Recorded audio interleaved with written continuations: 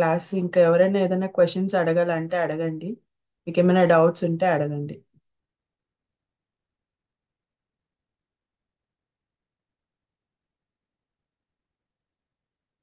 ఎవరికి ఏం డౌట్స్ లేవా? బాగా డౌట్స్ అని వినేసినట్టున్నారు కాకపోయినా అందరు. ఆ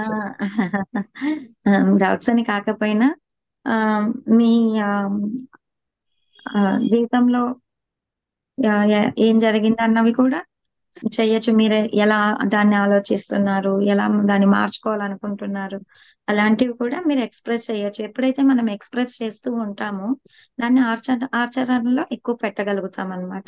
కాబట్టి ఎవరైనా ఎక్స్ప్రెస్ చేయాలంటే చేయండి. అది మీ మేడం చెప్పిన దాంట్లో మీకు ఏదైనా నిజంగా నాకు కూడా ఇలా జరిగింది నేను చెప్పాలి అనుకున్న వాళ్ళు మీరు చెప్పచ్చు. అవును madam. Good morning madam. Yes, చెప్పండి. మేడం మీ పేరు ఆ, చెప్పండి. మీరు నా పేరు విజయలక్ష్మి అండి. అంటే జనరల్ గా మనము ప్రేమ పంచితేనే మన దగ్గర వస్తుంది, కానీ జనరలైజ్ చేసి మాట్లాడుతున్నాను. ఇప్పుడు ఒక మానవ సంబంధాలలోనే కొన్ని సంబంధాలలో ఎప్పుడు చూసినా గానీ వాళ్ళిద్దరికి వైరే ఉంటది. లైక్ అత్త కోడళ్ళు కానీ, మామూలుగా ఇట్లా కో సిస్టర్స్ కానీ, అట్లా కొన్ని బంధాలలో ఎప్పటికీ ఇట్లా ఉంటది. కానీ అయితే మనం ఒకవేళ ఎంత మంచిగా ఉన్నా గానీ అక్కడి నుంచి మనకి ఎప్పుడు రా అంటే వచ్చినట్టయితే అనిపించదు. అంటే మనం కూడా ఒక్కొక్కసారి తప్పు చేస్తుండొచ్చు, చెయ్యమని మనమేదో కరెక్ట్ గా ఉన్నాము వాళ్ళ వాళ్ళ పట్ల అని, కానీ మనం కూడా చేస్తుండొచ్చు. కానీ కొన్నాళ్ళకైనా కానీ సరే ఊరికి ఎందుకు వాళ్ళతో గొడవ అని మనము ఇదిగో ఉన్నా కానీ అక్కడి నుంచి మనకి కరెక్ట్ ఇది రావడం అనేది జరగకపోతే ఏం చేయాలి? ఆ ఆ, అదే అమ్మా. సో ఒక్కరు మనకి అలా ఆ ఆ, ఇది చేస్తున్నారు అంటే వాళ్ళ వాళ్ళ పట్ల మాత్రమే కాదు, అన్ని కోణాల్లో మనల్ని మనం చెక్ చేసుకోవాలి. వాళ్ళ పట్ల మనం కరెక్ట్ గానే ఉండొచ్చు, కానీ ఇంకెక్కడో మనం చేస్తున్నాం అన్నమాట. కాబట్టి ఆ అన్ని కోణాల్లో 360 డిగ్రీస్ లో మనల్ని మనం చెక్ చేసుకోవాలి. ఇంకా మనలో మనం అనుకుంటున్నాం మనం ప్రేమతత్వంగా ఉన్నాము అని, కానీ పరిపూర్ణంగా మీలో ఆ గుణాన్ని ఆ తేవడం కోసమే మనకి ప్రకృతి ఒకరి రూపంలో అలాంటి అనుభవాల్ని ఇస్తూ ఉంటదన్నమాట. కాబట్టి దాన్ని మనం థ్యాంక్స్ చెప్పుకుంటూ వాళ్ళకి ఆ నన్ను నాకు చూపిస్తున్నావు, నాలో ఎంతో మార్పు తీసుకొస్తున్నావు, నీ మూలంగా నేను ఎంతో సహనాన్ని ఓర్పుని తెచ్చుకుంటున్నానని థ్యాంక్స్ చెప్పుకుంటూ ఆ కృతజ్ఞత భావంతో వాళ్ళతో మనం లోపల ఆలోచనలో భావనలో అలా ఉన్నప్పుడు ఖచ్చితంగా ఆ వస్తూ ఉంటదన్నమాట. సో మనము ఆ నేను ఈ టాపిక్ కి సంబంధం లేకుండా ఇంకొక పాయింట్ మీకు చెప్తాను. ఎందుకంటే ఆత్మపరంగా మనము ఎంతో ఆ ఆ సన్నిహితులుగా ఉన్న వాళ్ళని మన జీవితంలో మనం ఇలాంటి ఒకరిని తెచ్చుకుంటాం అనమాట. నువ్వు నాలో ఈ ఈ క్వాలిటీని నేను పెంచుకోవాలి, నువ్వు నాతో నా నా వచ్చి ఇలా నాతో బిహేవ్ చెయ్యని మనము ఆత్మపరంగా వాళ్ళని రిక్వెస్ట్ చేసి వాళ్ళని మన జీవితంలో తెచ్చుకొని పక్కన పెట్టుకుంటాం. వాళ్ళు మనతో ఎంత మనం అనుకున్నా కూడా వాళ్ళు మనతో అలాగే ప్రవర్తిస్తూ ఉంటారు. ఎందుకంటే వాళ్ళు మనకి సహాయం చేయడానికి వచ్చారు కాబట్టి ఆత్మపరంగా. కాబట్టి వాళ్ళు అలాగే ఉంటారు. వాళ్ళకి థ్యాంక్స్ చెప్పుకుంటూ ఉండాలి. నువ్వు సో ఎందుకంటే ఆ పాఠం మనం నేర్చుకోవాల్సి ఉంది కాబట్టి పరిపూర్ణంగా. Thank you. Thank you. Thank you. ఇంకా ఎవరైనా షేర్ చేసుకోవాలంటే చేసుకోండి ఫ్రెండ్స్. గారు ఎస్ నమస్కారాలండి. నమస్కారం సార్. అయితే జీవితం ఎవరికి పూల పంపు కాదు, కష్ట సుఖాలు అనేది అందరికీ ఉంటాయి, అందరికి అనుభవం. ఎంత ఉన్న వారికైనా ఎంత లేని వారికైనా ఏదో ఒక రకంగా భగవంతుడు మనకు దుఃఖాన్ని ఇస్తున్నాడు. మీరు ఈ రోజు చెప్పిన ఈ భావ నక్షత్రం అనే దాని మీద మనమైతే ఎప్పుడైతే అవగాహన పెంచుకుంటామో అంటే సుఖ దుఃఖాలకు అతీతంగా మన ఆలోచనలు అయితే యాక్సెప్ట్ చేస్తామో అప్పుడే మనకు శాంతి అనేది లభిస్తుంది. లేకపోతే అశాంతి పెట్టి ఎప్పుడు మనం లేదంటే డిప్రెషన్లకు అందరూ వెళ్ళిపోతున్నారు ఈ టైం లోపల. ఈ ఆత్మహత్యలు కూడా కారణం ఏంటంటే క్షణికావేశాలు, క్షణికమైన ఈ లవ్ మ్యారేజెస్ కూడా ఇటువంటి భావోద్వేగాలు ఏర్పడుతున్న తల్లిదండ్రులను ఇబ్బంది పెట్టుకుంటూ, అటువంటిది ఏంటంటే మీరు చెప్పిన ఈ టాపిక్ మీద, భావన క్షేత్రం మీద పాజిటివ్ థింకింగ్ మనం అలవర్చుకుంటే మనం ఎటువంటి వాటిని కూడా ఫేస్ చేసుకుని ఈజీగా ఫేస్ చేయగలుగుతాము అనేది కూడా మనకు భగవద్గీతల కృష్ణ భగవాన్ చెప్పినట్టుగా సుఖ దుఃఖాలను సమానంగా తీసుకున్నప్పుడే ఈ భావన క్షేత్రం అనేది మీరు చెప్పిన టాపిక్ చాలా బాగా చెప్పారు. ధన్యవాదాలు madam. Thank you. Thank you sir, thank you so much. Madam చెప్పండి. నమస్తే మేడం. నమస్తే.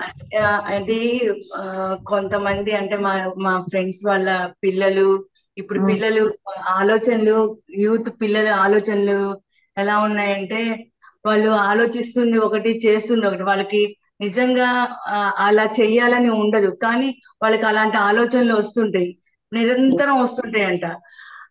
కానీ వాళ్ళకి ఇంటెన్షన్ మాత్రం అది కాదు, ఆ పని చేయాలని ఉండదు. ఇప్పుడు వాళ్ళ భావన రైట్ గానే ఉంటది, అంటే ఇప్పుడు వాళ్ళకి హాని చేయకూడదు అని ఉంటది, కానీ వాళ్ళకి హాని చేయాలనే ఆలోచన రిపీటెడ్ గా వస్తుంటాయంట. అప్పుడు వాళ్ళని ఈ పాజిటివ్ వైపుకి మార్చాలి అంటే మనం మెడిసిన్స్ వైపు వెళ్తే వాళ్ళు ఏమని చెప్తున్నారంట, మీరు లైఫ్ లాంగ్ మెడిసిన్స్ వాడాలి అని అంటున్నారంట. దానివల్ల సైడ్ ఎఫెక్ట్స్ వస్తాయి అని కూడా చెప్పారు. ఆ పేరెంట్స్ ఇప్పుడు అటు వాళ్ళ పిల్లల్ని ఎలా చేసుకోవాలి అని కొంచెం అంటే అట్లా సఫర్ అవుతున్నారు. కానీ పిల్లలు అసలు వాళ్ళకి వచ్చే ఆలోచనలకి వాళ్ళ ప్రవర్తన అట్లా లేదు. ఆలోచనలు మాత్రం అట్లా వస్తున్నాయి, కానీ ప్రవర్తన మాత్రం అట్లా లేదు. కరెక్ట్.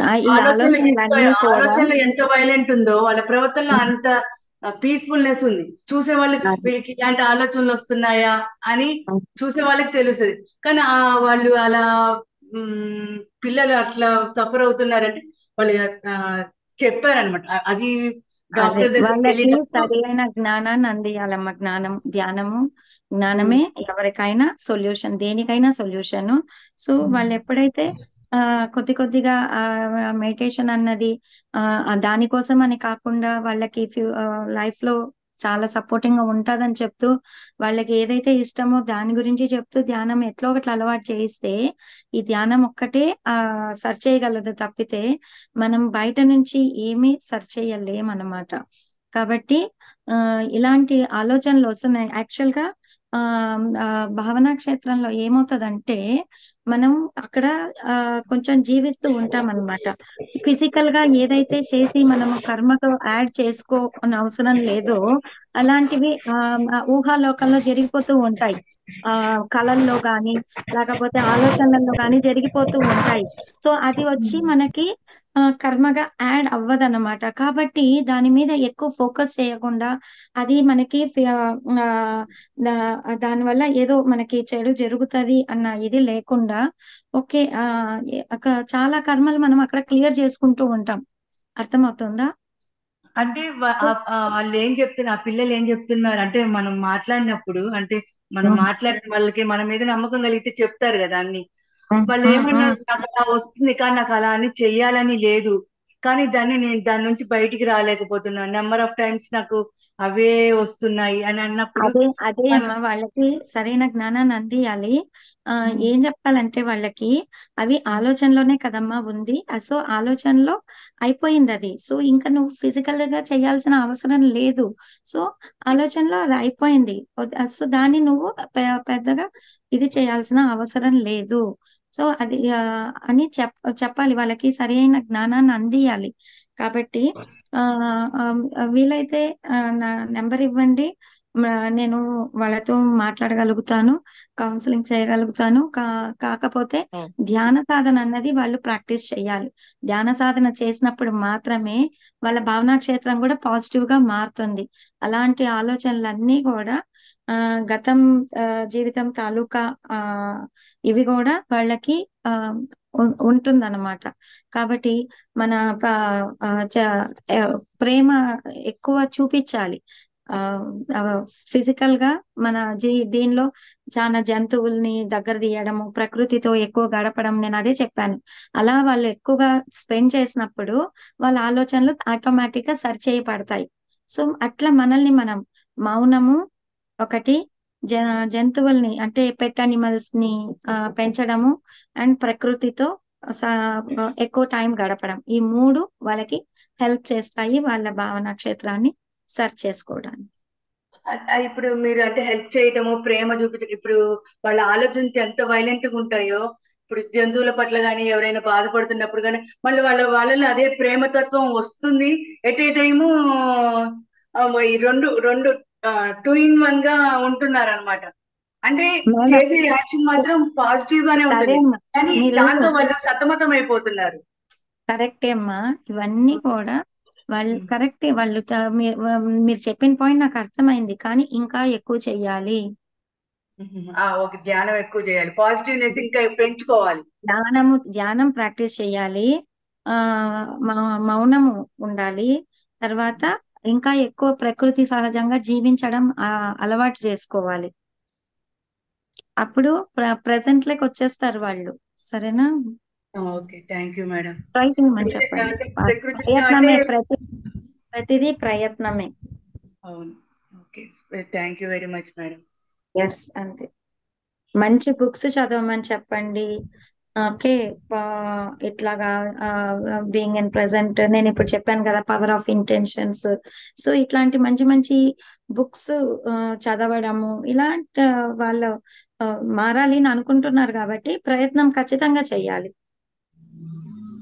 మేడం, అంటే ఈ భావన క్షేత్రం మీద ఛాలెంజింగ్ గా ఇప్పుడు ఈ ఇంటర్నెట్, సోషల్ మీడియా పిల్లలను బాగా అది డామినేట్ చేస్తుంది. దాని చుట్టే ఈ పిల్లలు మానసికమైన ఆందోళనకు అందుకే సార్ వాళ్ళకి జ్ఞానాన్ని ఇవ్వాలి సార్, తప్పదు. జ్ఞానము ఇస్తే దాన్ని కూడా పాజిటివ్ గా యూజ్ చేసుకోవడం నేర్చుకుంటారు వాళ్ళు. సో ప్రతిదాన్ని మనం మిస్యూజే చేసుకుంటున్నాం, ప్రతిదాన్ని. కాబట్టి దానివల్ల ఉపయోగాలు ఎంత ఉన్నాయి. ఇప్పుడు జూమ్ అన్నది మనకి దీని వల్ల వచ్చిందే కదా. సో సోషల్ మీడియాలో చాలా పాజిటివ్ థింగ్స్ కూడా ఉన్నాయి కదా. సో అవి ఒక సినిమా చూస్తే కూడా 75% ఫైటింగ్ అనేది, ద్వేషం అని చూపించినా కూడా 25% పాజిటివిటీ ఉంటది. సో మనం దేన్ని ఎక్కువ తీసుకుంటున్నాం అన్నది మళ్ళీ మన మీద డిపెండ్ అయి ఉంటది. సో ప్రతి దానిలోనూ పాజిటివ్ చూడడం ఎలా అన్నది నేర్చుకోవడానికే ధ్యాన సాధన. సో ఏదో ఒక రకంగా ఫోర్స్ చేయకూడదు ఎవరిని, కానీ వాళ్ళని ఈ దారిలోకి తీసుకోవడానికి మనం నిరంతరం ప్రయత్నం చేస్తూనే ఉండాలి. ఎప్పుడైతే ఎవరికి వాళ్ళు కళ్ళు మూసుకొని ధ్యానం చేస్తారో, శ్వాస మీద ధ్యాస పెడతారో, వాళ్ళకి వాళ్ళ గురించి అర్థం అవుతుంది అన్నమాట. సో మనం ఎలా ఆలోచిస్తున్నాం, మనం ఏం చూస్తున్నామని ఆ పాజిటివ్నెస్ అన్నది యాడ్ అవుతుంది. ప్రతి దానికి సొల్యూషన్ ధ్యానము, జ్ఞానము, అంతే sir. Thank you madam. Yeah, నమస్తే మేడం. Yes sir. నా పేరు నాగరాజు, గుంటూరు నుంచి మాట్లాడుతున్నాను. చెప్పండి సార్. మేడం, మనం ఇప్పుడు మెడిటేషన్ లో ఉన్నప్పుడు ఆలోచనలు ఎక్కువ % వస్తున్నాయి మేడం. మనం ఇప్పుడు దాన్ని ఎట్లా ఐడెంటిఫై చేస్తాం మేడం? మనం మెడిటేషన్ లోనే ఉన్నాము, టైం పాస్ కదా అట్లా ఉంటున్నాము, ఎక్కువ ఆలోచనలోనే ఉంటున్నాయి కాబట్టి అసలు మనం మెడిటేషన్ లో ఎంత అంటే మనకి గుర్తొచ్చినప్పుడంతా శ్వాసను గమనించడం ఒక్కటే మనం చెయ్యాలి సార్. ఆ తర్వాత ఏం జరుగుతుందో మన చేతుల్లో ఉండదు. సో మనం ఎరుకలో ఉండడానికి ప్రయత్నం అయితే చెయ్యాలి, కానీ ఆలోచనలు సహజంగా వస్తూనే ఉంటాయి. గుర్తొచ్చినప్పుడంతా ధ్యానంలో ఉన్నామని గుర్తొచ్చినప్పుడంతా మనం శ్వాసను గమనించాలి. ఓకేనా? సో అదొక్కటే మనం చెయ్యాల్సింది. తర్వాత ఆలోచనలు వస్తే మనకి తెలియకుండానే అక్కడక్కడ ఆలోచన రహిత స్థితికి అది వెళ్తూ ఉంటది. మనం నిరంతరం రెగ్యులర్ గా సాధన చేయడం ద్వారా ఎక్కువ ఆ గ్యాప్స్ అన్నది దొరుకుతది అక్కడక్కడ. సో మనం ఇప్పుడు 1/2 hour మెడిటేషన్ చేస్తున్నాం అనుకోండి, దానిలో అక్కడక్కడ 2 seconds మాత్రమే ఆలోచన రహిత స్థితి అన్నది ఉంటది. మిగతా అంతా ఆలోచనలే ఉంటాయి. కానీ 2 seconds అన్నది 2 minutes అవుతది. ఎప్పుడు మనం 40 రోజులు కంటిన్యూస్ గా చేసినప్పుడు, ఇంకా 40 రోజులు కంటిన్యూస్ గా చేసినప్పుడు ఆ 2 minutes అన్నది 5 minutes అవ్వచ్చు. అలా అంటే అక్కడక్కడ చేర్చి మిగతా 25 minutes మనకు ఆలోచనలే ఉంటాయి. కానీ ఆ గ్యాప్ ని ఆ గ్యాప్ ని మనము ఏదైతే పెంచుకుంటూ ఉంటామో నిరంతర సాధన ద్వారా మాత్రమే జరుగుతుంది. కాబట్టి మీరు ఆలోచనలు వస్తున్నాయని మీరేమీ ఫీల్ అవ్వద్దు. మనలో పుట్టినప్పటి నుంచి పెట్టుకున్న ఆలోచనలన్నీ మనలో నుంచి బయట వెళ్ళిపోతూ ఉంటాయి. ఎప్పుడైతే మనం శ్వాసను గమనిస్తూ మనం ఉంటామో ఆ ధ్యానంలో ఏం జరుగుతాయంటే ఆలోచనలన్నీ వెళ్ళిపోతూ ఉంటాయి. ఏదో ఒక పాయింట్ ఆఫ్ టైమ్ లో అవన్నీ ఖాళీ అయినప్పుడు మీరు ఆ స్టేట్ కి వెళ్తారు. నాకు 5 months ఒట్టి ఆలోచనలే వచ్చేటివి. అసలు ధ్యాన స్థితి అంటే ఏంటో నేను ఎక్స్పీరియన్స్ అవ్వలేదు. కానీ 5 months నేను సహనంతో రోజు కూర్చునేదాన్ని. అలారం పెట్టుకొని ఏవైనా జరగని కళ్ళు మూసుకొని కూర్చుంటాను అంతే అని కూర్చునేదాన్ని. కానీ ఆ 5 months లో నాకు హెల్త్ ప్రాబ్లమ్స్ అన్ని క్లియర్ అయిపోయినాయి. నాకు ఆలోచనలే వస్తున్నాయి అని అనుకునేదాన్ని కానీ నాకు హెల్త్ ప్రాబ్లమ్స్ అన్ని క్లియర్ అయిపోయినాయి. అంటే అక్కడక్కడ ఆ 2 seconds 3 seconds లో తీసుకున్న ఎనర్జీ మనకి సహాయం చేస్తుంది. కాబట్టి ఆ మార్పు తీసుకొస్తుంది మనలో. మళ్ళీ ఒక రోజు సడన్ గా ఒక అనుభవం తోటి నా ఆలోచనల పుట్టంతా బాంబులాగా పేలి అన్ని దీనికి ఆ ఆ ఆ ధ్యాన స్థితిలో ఉండిపోయాను. అంటే కళ్ళు తీసిన ఆలోచనలు లేవు, కళ్ళు మూసిన ఆలోచనలు లేవు. ప్రెసెంట్ లో ఉంటున్నాను. సో అది ఎప్పుడు జరిగింది? 5 months తర్వాత నా జీవితంలో జరిగింది. అలా దానంతటా అదే జరుగుతుంది. మనం చేయాల్సిందంతా ప్రతిరోజు కళ్ళు మూసుకొని కూర్చోవడం మాత్రమే. గుర్తొచ్చినప్పుడంతా శ్వాసను గమనించడం మాత్రమే. మిగతా అంతా మన చేతుల్లో లేదు. ఇప్పుడు నిద్రలోకి వెళ్తామా? 2 seconds క్యూములేట్ అవుతాయి మేడం, లేకపోతే కంటిన్యూగా ఉండాలా? లేదు అవే వచ్చేంత క్యుములేట్ ఉండాలా? అవుతాయి. అవే క్యుములేట్ అవుతాయి. అవే క్యుములేట్ అవుతాయి. మనకు సంబంధం లేదు. నేను అదే చెప్తున్నా. ఎరుకతో ఉన్నప్పుడు అంటే నా మనకి డౌట్ ఏంటంటే అప్పుడు మీరు అన్నారు కదా 2 seconds ఒక్కసారిగా అట్లా అలవాటు ప్రకారం 5 minutes 10 minutes 15 minutes అవుతాయి అన్నారు. అప్పుడు ఎనర్జీ వస్తుందా, లేకపోతే ఈ 2 seconds 2 మళ్ళీ తర్వాత seconds లోనే ఇంకో 2 ఎనర్జీ seconds తీసుకుని మళ్ళీ నేను అదే చెప్తున్నా. నాకు 5 months ఆలోచనలే వస్తున్నాయి అనుకున్నాను. కానీ నేను అక్కడక్కడ నాకు తెలియకుండా జరిగిన ఆ ఆ దీనిలో ఎప్పుడో మనకు తెలియకుండా ఆలోచన రహిత స్థితికి వెళ్ళుంటాం. మనకు తెలిసి జరగవు అవన్నీ. తెలియకుండా జరిగిన దానిలోనే నా హెల్త్ ప్రాబ్లమ్స్ అన్ని క్లియర్ అయిపోయినాయి. అంటే నేను ఎనర్జీ తీసుకున్నాను, నాకు తెలియదు. తీసుకున్నానని కూడా తెలియదు. కానీ తెలియకుండానే మనలో మార్పులు జరుగుతూ ఉంటాయి. కాబట్టి మనకు తెలియాల్సిన అవసరం లేదు. లాజికల్ మైండ్ ని మనం పక్కకు పెట్టి మనం సాధన మాత్రం చేస్తాము. అదే మేడం, మీరు ఇప్పుడు అదే చెప్పిన దాని ప్రకారం ఇప్పుడు మనం ఒక గంట 2 గంటలు ధ్యానం చేసినప్పుడు మనకి కంప్లీట్ గా మధ్య మధ్యలో ఆలోచనలు వస్తుంటాయో చూసినా, ఏదో ఒక టైంలో మనకు ఒక 5 minutes ఆలోచనలు లేకుండా కంప్లీట్ గా శ్వాస మీదనే ధ్యాస పెట్టిన ఆ టైంలో వచ్చిన ఎనర్జీ కూడా మనకి యూజ్ అవుతుంది అని అంటున్నారు. అంతే కదా మేడం? ఎస్. ఒక చిన్న రిక్వెస్ట్, మేడం చెప్తున్నారు, మీరు మధ్యలో డిస్టర్బ్ చేయదండి. మేడం చెప్పింది ఫుల్ గా విని తర్వాత క్వశ్చన్ అడగండి. మేడం చెప్తున్నారో మళ్ళీ మధ్యలో మాట్లాడేస్తున్నారు మీరు. సో ఫుల్ గా చెప్పిండేది వింటే కదా మీరు మళ్ళీ ఏం చెప్తున్నారో దాన్ని బట్టి ఆన్సర్ చెప్పడానికి అవుతుంది. యా మేడం, భావన క్షేత్రాలు ఎన్ని రకాలు మేడం? ఆ తర్వాతన ఇప్పుడు భావన అన్నది ఇప్పుడు మనోనిర్మితమే కదా. మనోనిర్మితమే అయినప్పుడు అది మనకి నిద్రలోని మనకు తెలియకుండా కళ రూపాన్ని వస్తుంది. తర్వాత మనం జాగృతితోటి ఉన్నప్పుడు మనకి భావాలు ఆలోచనల రూపాన్ని వస్తాయి. తర్వాత నిజ జీవితంలో కూడా మనం వీటిలోని లోనవుతుంటాము. అయితే ఇది మనము ఈ భావనా క్షేత్రంలోని మనము దీనికి ఈ కర్మ సిద్ధాంతం వర్తించుదా?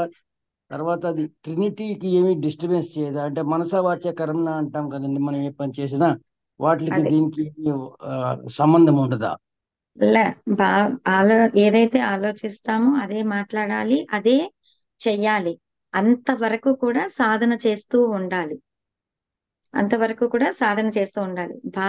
భావాలు ఏదైతే ఉన్నాయో అవి భావోద్వేగాలుగా మారినప్పుడు కర్మగా అవుతుంది అది. సో అంతవరకు కర్మగా అవ్వదు. నీ భావాలు ఆలోచనలు ఏమున్నా ఓకే, దానికి నీకు ఫ్రీడమ్ ఉంది. దాని వల్ల నువ్వు ఎమోషన్స్ క్రియేట్ చేసుకున్నప్పుడు అది కర్మగా మారుతుంది.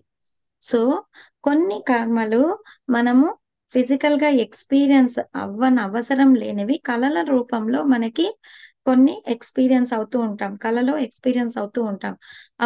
అవి మనకి దాన్ని ఫిజికల్ గా మనం చేయాల్సిన అవసరం లేకుండా, కర్మను తీసుకొని అవసరం లేకుండా కొన్ని ఉంటాయి మనకి గతంలో జరిగిన తాలూకా. కానీ అవి మనం ఇప్పుడు ఎక్స్పీరియన్స్ అవ్వాలి. ఎక్స్పీరియన్స్ అవ్వినప్పుడు అది మళ్ళా భావోద్వేగంగా మారి కర్మగా మారాల్సిన అవసరం ఉండదు. కాబట్టి అది నిద్రలో కళల రూపంలో కూడా సో మనము భావనలలో జీవిస్తాము, నిజ జీవితంలో జీవిస్తాము, కళలలో జీవిస్తాము. 3 రకాలుగా మనం జీవిస్తూ ఉంటాము. సో కళలలో జీవించే కళలలో కూడా ఎరుకతో మనం జీవించినప్పుడు మనకి జ్ఞానం వస్తుంది, కానీ కర్మ యాడ్ అవ్వదు, జ్ఞానం వస్తుంది అక్కడ ఎరుకలో ఉన్నప్పుడు. అండ్ భావోద్వేగాల్లో మనం ఎరుకతో ఉన్నప్పుడు అది మనం సరిచేసుకున్నప్పుడు, వెంటనే సరిచేసుకున్నప్పుడు అది కూడా కర్మగా ఉండదు. ఆ భావోద్వేగం ఎక్కువ రోజులు కంటిన్యూ అవ్వకూడదు. అంటే ఇప్పుడు ఒకరు మన ఫ్యామిలీలో ఎవరో మనం చనిపోయారు, మనల్ని వదిలి వెళ్ళిపోయారు, బాడీ వెకేట్ చేశారు అన్నప్పుడు మనకి దుఃఖం వస్తది. అది సహజం. ఆ దుఃఖం అన్నది సహజం. అది నువ్వు సంవత్సరాల తరబడి ఆ దుఃఖంలోనే జీవించినప్పుడు అది కర్మగా యాడ్ అవుతుంది. అట్లాగా ఎప్పటికప్పుడు మనము దానిలో నుంచి బయటపడి నెక్స్ట్ అని మన దీనిలోకి వెళ్ళిపోతూ ఉండాలి. అలా భావోద్వేగాలని మనము సరి చేసుకుంటూ ఉండాలి. అప్పుడు అది కర్మగా యాడ్ అవ్వదు. అలా చేయలేకపోతే అది అది సాధన ఎప్పుడు ద్వారా మాత్రమే చేయగలుగుతాము. సాధన ఇంకా ఎక్కువ చెయ్యాలి అంతే. అది కర్మగా మారుతుందండి తర్వాత అది సార్ అలా అవన్నీ మీరు చాలా లాజికల్ గా థింక్ చెయ్యొద్దండి సార్. ఈ జ్ఞానాన్ని మీరు తెలిసి పెట్టుకోండి. అది ఎప్పుడెప్పుడు మనలో మార్పు జరగాలనో జరుగుతుంది. సాధన చెయ్యండి అంతే. ఇవన్నీ మనము ఎందుకు తెలుసుకుంటున్నాము ఇలా ఉంటది. ఇప్పుడు మళ్ళీ దీని గురించే మనం ఎక్కువ ఆలోచించి మళ్ళీ మనం దాన్ని ఇది చేసుకోవద్దు. మీలో ఈ ఇన్ఫర్మేషన్ ఉన్నప్పుడు కొద్దిగా మీలో ఆటోమేటిక్ గా మార్పు జరుగుతుంది. అర్థం చేసుకోవడానికి ప్రయత్నించండి. ఏం చెప్తున్నాము, ఎందుకు చెప్తున్నాము. సో మీలో నుంచి వస్తది జ్ఞానం. ఇన్ఫర్మేషన్ మనకు కొంచెం కొద్దిగా దొరుకుతది బయట నుంచి. దాని తర్వాత మీలో నుంచి ఆ అండర్స్టాండింగ్ అన్నది వస్తుంది, మార్పులు అన్నది వస్తుంది. ఆటోమేటిక్ గా జరుగుతాయి అవన్నీ. Yeah, thank you ma'am, thank you so thank you. Much. మీ yeah. Deepti madam Deepti madam Sunitha చెప్పండి మేడం నెంబర్ షేర్ చేస్తారా అండి? నెంబర్ ఎప్పుడన్నా సునీత మేడం గారి mobile number. Sir. Madam number అంట ఇవ్వనా మీది? ఇవ్వండి చాట్ లో పెట్టండి. ఎవరికైనా కావాలంటే ఎత్తుకుంటారు. మీరు చెప్పండి, నోట్ చేసుకుంటాను. ఎవరైనా సరే నాకు మెసేజ్ రూపంలో పెట్టాలి. ఫోన్లు చాలా అవసరమైతేనే చెయ్యాలి.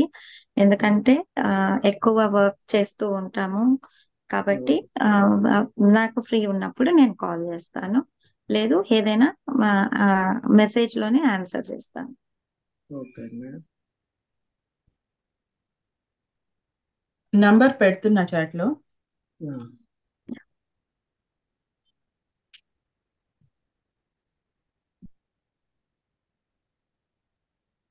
అరుణాచలంలో ఆశ్రమం ఉంది మనది. మెడిటేషన్ సెంటర్స్ ఉన్నాయి. సో అక్కడ మేము వర్క్ చేస్తూ ఉంటాము. ఎంతో మంది మన మెడిటేటర్స్ కూడా వస్తూ ఉంటారు. ఎవరు వచ్చినా కూడా అరుణాచలం రావచ్చు, మన దగ్గర ఉండొచ్చు, చేయొచ్చు. అండ్ అందరినీ వెల్కమ్ చేస్తున్నాం. సాధనకి చాలా అనువైన స్థలం అది అరుణాచలం. వచ్చి హ్యాపీగా సాధన చేసుకోవచ్చు. ఎస్ దీప్తి, మీరు కూడా వచ్చారనుకుంటా. You can share your experience. Yeah. Good morning, So madam. night. Yes. Good morning, madam. Arunachal లో వస్తే ఎక్కడ ఉంది మేడం? అడ్రస్ ఎక్కడ? ఫోన్ రమణ నెంబర్ మహర్షి ఆశ్రమం దగ్గర. ఫోన్ నెంబర్ ఉంది కదా, మెసేజ్ నంబర్ పెట్టాను చూడండి చాట్ లో. మేడం రమణ మహర్షి ఆశ్రమంలో ఉందా? మేము వచ్చాము కానీ దగ్గరలోనే. మనం ఇప్పుడు కొత్తగా సెంటర్ ఒక 10 months అయింది స్టార్ట్ చేసి. సో అక్కడ పెట్టాము. ఎప్పుడైనా ఈసారి వచ్చినప్పుడు రావచ్చండి మన సెంటర్ కి, మెడిటేషన్ సెంటర్. Yeah. యాక్చువల్లీ అరుణాచలంలో సెంటర్ అయితే చాలా బ్యూటిఫుల్ గా ఉంటుంది. ఎందుకంటే అక్కడ జస్ట్ ఒక రెసిడెన్షియల్ ఏరియాలో ఉన్నట్టు ఉంటుంది, కానీ చుట్టూరా చూస్తే చుట్టూరా కొండలు, అరుణాచలం కొండ. అక్కడి Yeah. నుంచి వాకబుల్ డిస్టెన్స్ లో రమణ మహర్షి ఆశ్రమం అన్నమాట. అమేజింగ్ అసలు, నిజంగా వెనకాల చెట్లు అసలు ఎంత బాగుంటుంది, అసలు చాలా బాగుంటుంది. నైట్ వెళ్ళాము సార్, ఆ టైంలో మా కోసం అదే పనిగా దోశలు వేయించారు. మా సార్ అక్కడే ఉంటారు ఫుల్ టైమ్, నేను ట్రావెల్ చేస్తుంటాను ఎక్కువ. సార్తో కూడా చాలా టైం స్పెండ్ చేసాము. Yeah. చాలా బాగుంది. మేము యాక్చువల్లీ లాస్ట్ సార్ బర్త్డేకి ముందే వెళ్ళొచ్చాము ఒకసారి, మళ్ళీ వెళ్ళడానికి అవ్వలే నాకు. వెళ్ళాలి. సో కానీ ఎవరు ఏరియా వచ్చినా కూడా ఒక 3-4 డేస్ స్పెండ్ చేయాలనుకోండి, ఒక రోజు మార్నింగ్ వచ్చి ఈవినింగ్ వెళ్ళిపోవాలి, పక్క రోజు వెళ్ళిపోవాలి అని పరిగెత్తి రావకండి. చాలా స్థలాలు ఉన్నాయి, ఎక్కువ బాగా సాధన చేసుకోవచ్చు. ఎన్నో గుహలు ఉన్నాయి, ఆశ్రమాలు ఉన్నాయి, సాధన ఎక్కువ చేయొచ్చు అన్నమాట అక్కడ. అండ్ సేవ చేయొచ్చు, ఎంతో మందికి ధ్యానం నేర్పించడానికి కూడా అవకాశం ఉంటది. సేవ చేయడం ద్వారా మనము teaching is best way of learning అంటారు. మనం చెప్పడం ద్వారా మనం ఇంకా బాగా సాధనలోకి వెళ్తాం అన్నమాట. సో మనం ఏమనుకుంటామంటే, మనము బాగా సాధన చేసేసి మనం అచీవ్ చేసిన తర్వాత చెప్తాము ఎవరికైనా అని అనుకుంటాం. కానీ పత్రి గారు ఏం చెప్తారంటే, మనము ఏమైతే మనం తెలుసుకున్నామో అది 10 మందికి పంచాలి అంటారు. సో పంచినప్పుడే పెరుగుతుంది అన్నమాట. కాబట్టి చాలా మంది వస్తూ ఉంటారు, లక్షల మంది వస్తూ ఉంటారు అక్కడికి. వాళ్ళందరికీ ధ్యానం నేర్పించడానికి అవకాశం ఉంటది. సో అందరూ రండి, 10 మందికి నేర్పండి, మీరు సాధన చేసుకోండి. అది అదే. So thank you very much Deepti. Thank you so much. Thank you so much ma'am.